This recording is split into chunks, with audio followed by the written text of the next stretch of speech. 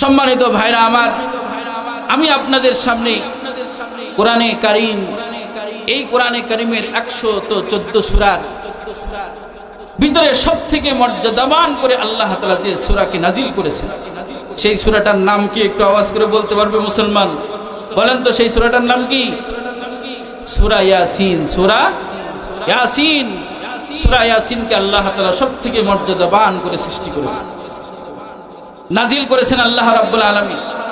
এই সূরা ইয়াসিন কিয়ামতের ময়দানে যখন হিসাব নিকাশ হয়ে যাবে, জান্নাতীরা জান্নাতে থাকবে, জান্নাতীরা জান্নাতে একটা আয়োজন হবে, এমন সমাবেশ হবে। সেখানে প্রধান অতিথি থাকবেন কে জানেন? প্রধান অতিথি থাকবেন আপনার আমার নবী মুহাম্মদুর রাসূলুল্লাহ। সুবহানাল্লাহ। সম্মানিত ভাইরা আমার, সেখানে সভাপতিত্বের দায়িত্ব পালন করবে স্বয়ং আল্লাহ রাব্বুল ইজ্জত। সুবহানাল্লাহ। সেখানে বিশেষ অতিথি হিসেবে উপস্থিত থাকবে সলক্ষ নবী আর রাসূল। আল্লাহু আকবার। সম্মানিত ভাইরা আমার, সেদিন আল্লাহ তাআলা সেদিন সভাপতির দায়িত্ব পালন করতে যে সর্বপ্রথম ফেরেশতা মিকাইলকে ডাকবেন যে, মিকাইল, তুমি একটা হামদে বারি তাআলা পাঠ করো। সুবহানাল্লাহ বলবেন না? রাত্রে শুই পড়ে যায় বলবেন সুবহানাল্লাহ। যদি এখন কষ্ট হয় সব জমা রাখেন, রাত্রে যেই বালিশে শুই সব সুবহানাল্লাহ সুবহানাল্লাহ পড়তেই থাকবেন, কাজা আদায় করেন। নাকি জোরে সুবহানাল্লাহ বলতে বললে বলবেন তো? আল্লাহ কবুল করে বলেন আমিন। সেদিন হামদে বারি তাআলা পাঠ করবে কে? আল্লাহর সৃষ্টিকুলের মধ্যে সবথেকে সুমধু কণ্ঠস্বর দিয়ে আল্লাহ তাআলা এই মিকাইল আলাইহিস সালামকে আল্লাহ তাআলা তৈরি সৃষ্টি করেছে। মানব জাতির মধ্যে সবথেকে কণ্ঠস্বর করে দাউদ আলাইহিস সালামকে আল্লাহ তাআলা এই কণ্ঠস্বর দিয়েছেন। দাউদ আলাইহিস সালাম সেদিন জাবুর কিতাব তেলাওয়াত করে শোনাবে। এরপর আসবে প্রধান অতিথির পালা। এরপর কার পালা আসবে? প্রধান অতিথির পালা যখন আসবে, আল্লাহ রাব্বুল আলামিন সেদিন বলবে, ও আমার হাবিব, আজকে আপনি আপনার পরে নাজিলকৃত কোরআন থেকে আপনি তেলাওয়াত করে সবাইকে শোনান। সেদিন আপনার আমার নবী 114 সূরার কোন সূরা তেলাওয়াত করবে না, শুধুমাত্র সেদিন আল্লাহ রাব্বুল আলামিনের নির্দেশে নবী তেলাওয়াত করবে ইয়াসিন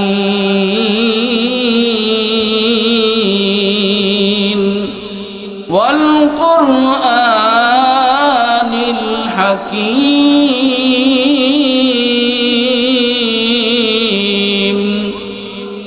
ইন্নাকা লামিনাল মুরসালিন। জোরে কোন আল্লাহু আকবার। সম্মানিত ভাইরা আমার, নবী সূরা ইয়াসিন তেলাওয়াত করার পর আল্লাহ রাব্বুল আলামিন যখন সমাপনী বক্তব্য দিবেন, এ সময় সবাই আল্লাহকে বলবে, আল্লাহ, আমরা দুনিয়ার জমিনে শুনেছি কোরআন আল্লাহর কালাম, আল্লাহর কথা, কিন্তু আমাদের এই চর্ম চোখে সেই আল্লাহকে আমরা কোনোদিন দেখি নাই, আমাদের এই চামড়ার কানে কোনোদিন আল্লাহর ওই কণ্ঠস্বর আমরা শুনি নাই।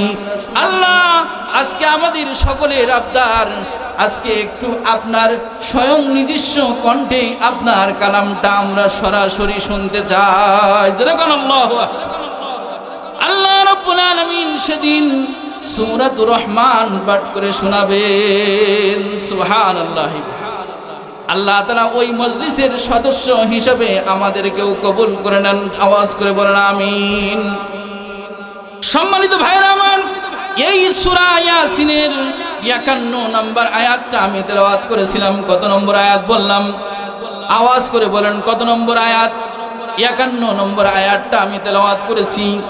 এই আয়াতের মধ্যে আল্লাহ রাব্বুল আলামিন দুনিয়ার মানুষকে একটা মেসেজ দিলেন, ও দুনিয়ার মানুষ, শুনে নাও, জেনে নাও, যেদিন কিয়ামত কায়েম হতে যাবে, কায়েম হওয়ার পূর্বে 3 বার সিংহায় কিন্তু ইসরাফিল আলাইহিস সালাম ফু দিবেন।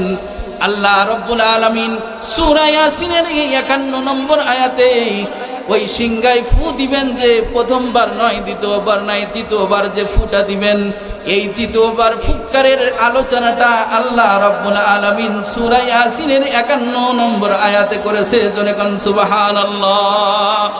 আল্লাহ রাব্বুল আলামিন বলেন, ونفخ في الصور فإذا هم من الأجداث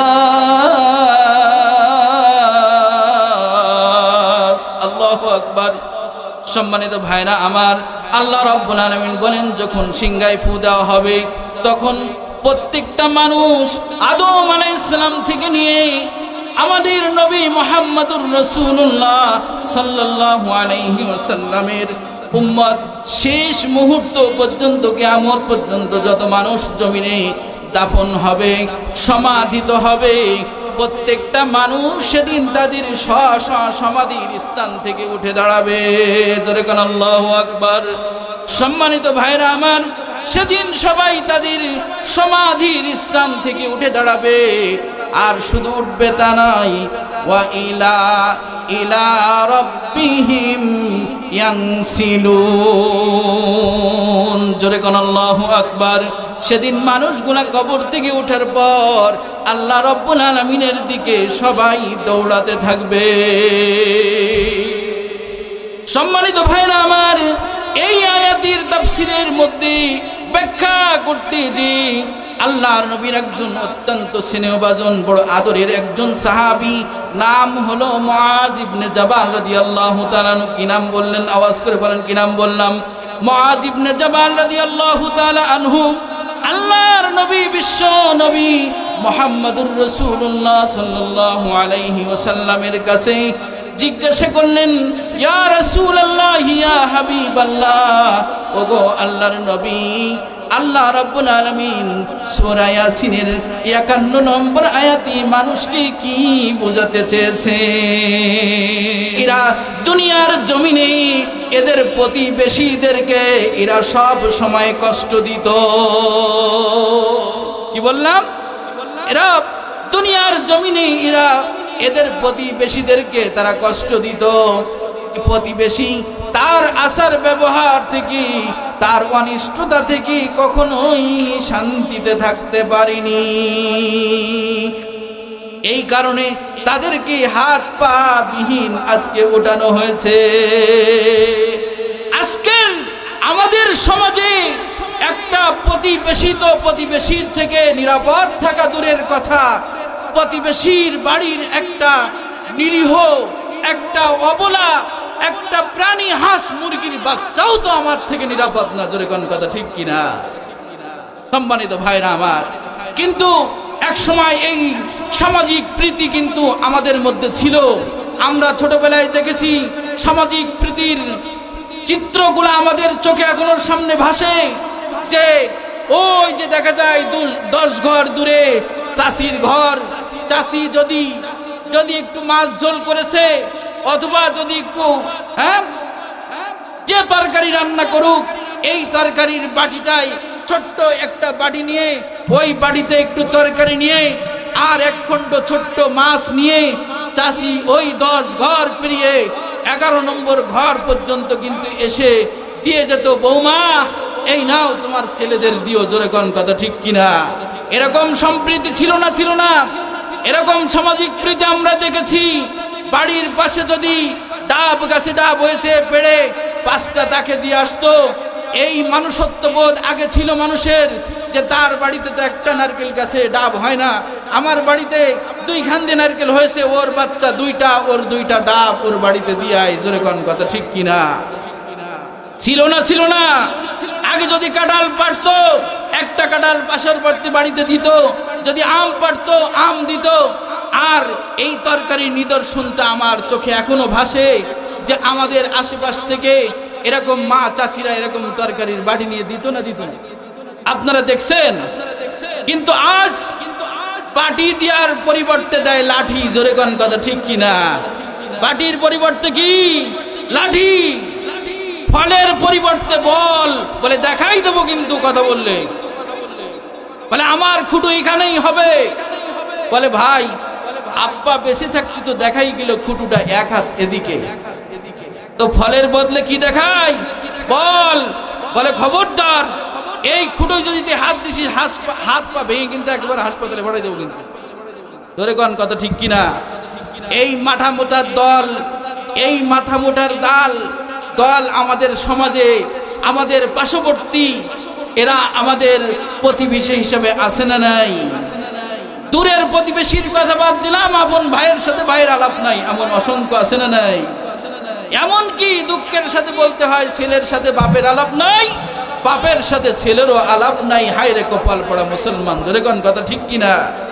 সম্মানিত ভাইরা আমার, মনে রাখতে হবে কিয়ামতের ময়দানে যারা বিকৃত আর শাস্তি নিয়ে কিয়ামতের ময়দানে উঠবে, এদের জন্য আর কোনো আদালত নাই। এদের আদালত বিনা হিসাব জাহান্নাম, জোরে কোন কথা ঠিক কিনা?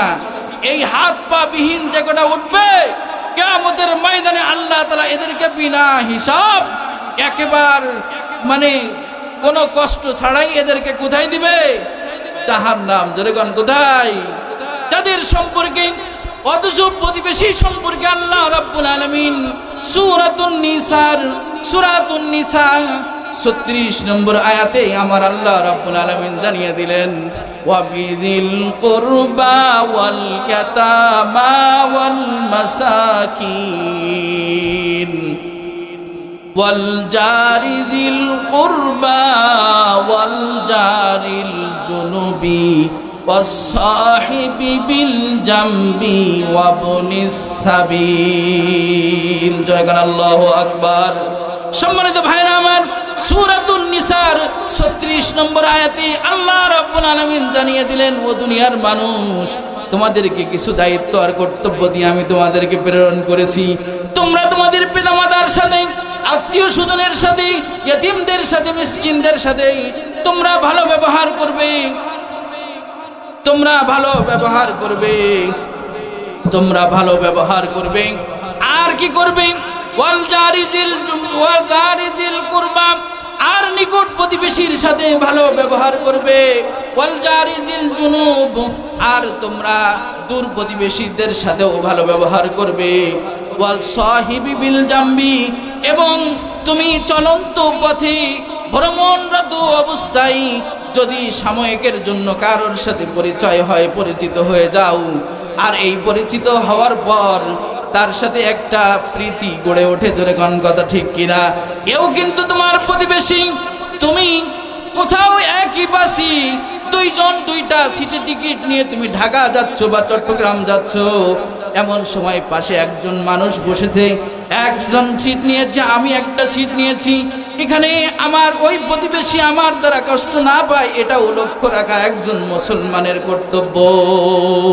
কারণ আল্লাহর নবী 1400 বছর আগে বলে গেছেন, ওয়া আহসিন ইলা জারিকা তাকুম মুমিনা। আল্লাহর নবী বলে গেছেন যে তুমি প্রতিবেশীর সাথে ভালো ব্যবহার করো, তাহলে তুমি প্রকৃত মুমিন হতে পারবে। যদি তোমার প্রতিবেশী, যাদের থেকে যারা প্রতিবেশীকে কষ্ট দেয়, তারা কিন্তু এখনো আল্লাহর আদালতে এখনো পূর্ণ মুমিন নয়। জোরে কোন কথা ঠিক কিনা? সম্মানিত ভাইরা আমার, এজন্য আমরা প্রতিবেশীর সাথে ভালো ব্যবহার করবো তো ইনশাআল্লাহ? প্রতিবেশীর সাথে ভালো ব্যবহার করবো তো ইনশাআল্লাহ? কারা কারা করবো না দেখি, দুই হাত তুলে দেখি। ওয়াজ হয় কোন জায়গায়? কয় যে কারা কারা প্রতিবেশীর সাথে ভালো ব্যবহার করবো না, তারা হাত উঠাইছে। অর্ধেকের বেশি হাত উঠাইছে। প্রতিবেশীর সাথে খারাপ ব্যবহার করবো কারা কারা? সবাই হাত উঠাচ্ছে। ওয়াজ হচ্ছে নাকি? ওয়াজ বুঝতেছেন নাকি কাঁদছেন? সম্মানিত ভাইরা আমার, আল্লাহ রসুল প্রতিবেশী সম্পর্কে এত গুরুত্ব দিয়েছেন, জিবরাইল আমিন এত বারবার আল্লাহ রসুলের কাছে এসে প্রতিবেশী সম্পর্কে এতই গুরুত্ব দিয়েছে যে প্রতিবেশীর হক আদায় করার ব্যাপারে আল্লাহ রসুল বলে, আমি ধারণা করলাম, আমার মনে হইতেছিল যে প্রতিবেশীদেরকে আল্লাহ হয়তো ওয়ারিস বানিয়ে দিবে, প্রতিবেশীকে আল্লাহ হয়তো ওয়ারিস বানিয়ে দেবে, যে এদেরকে জমিরও ভাগ দেওয়া লাগবে, টাকারও ভাগ দেওয়া লাগবে, এমন মনে হইতেছিল। এজন্য প্রতিবেশীর সাথে ভালো ব্যবহার আল্লাহ রাব্বুল আলামিন কোরআনে কারীমের মধ্যে বলেছেন।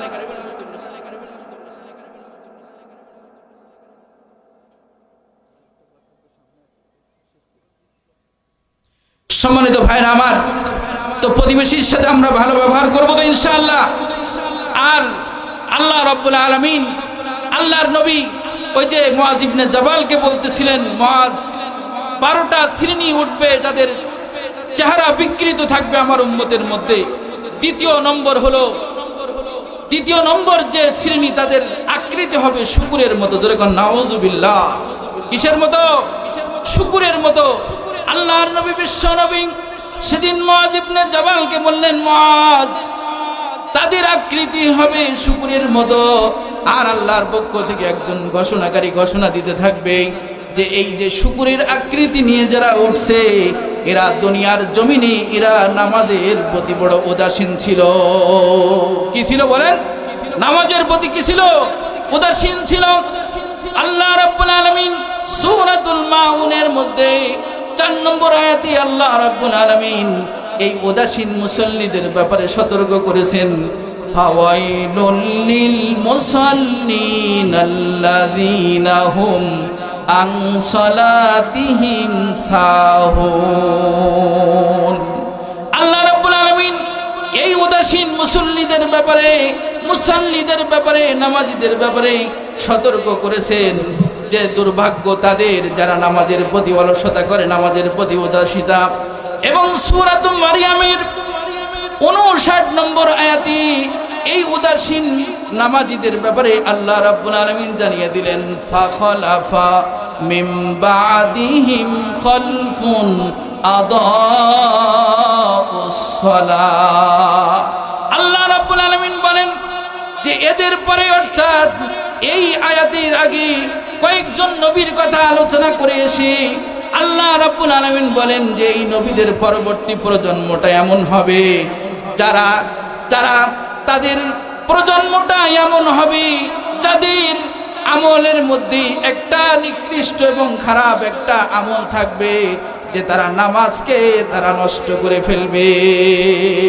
আজ আমাদের সমাজে মসজিদের মধ্যে দেখা যায় যে এমন পরিবেশ, নিজেও নামাজ পড়ে না ঠিক মতো, আর যারা ভালো করে পড়তে চায় তাদের কেউ পড়ার পরিবেশও তৈরি করে না। জোরে কোন কথা ঠিক কিনা? মোবাইলে গানের রিংটোন, বিভিন্ন রকম কথাবার্তা, অশ্লীল আওয়াজ, মসজিদের মধ্যে যে চিৎকার করে কথাবার্তা আছে না নাই? যারা আছে এমন একদল পার্টি আছে যারা সুন্নত পড়া লাগে না, এরা ফরজটা পড়ে সালাম ফেরানোর পরে পিছনে এমন বাজার শুরু করে দেয়, সামনে যে সমস্ত মুরব্বীরা সুন্নত পড়ে এদের পড়ার পরিবেশও থাকে না। জোরে কোন কথা ঠিক কিনা? কিয়ামতের ময়দানে আল্লাহ রাব্বুল আলামিনের দরবারে আমরা সবাই শুকর হয়ে উঠতে চাই। কারা কারা শুকর হয়ে উঠতে চাই দেখি?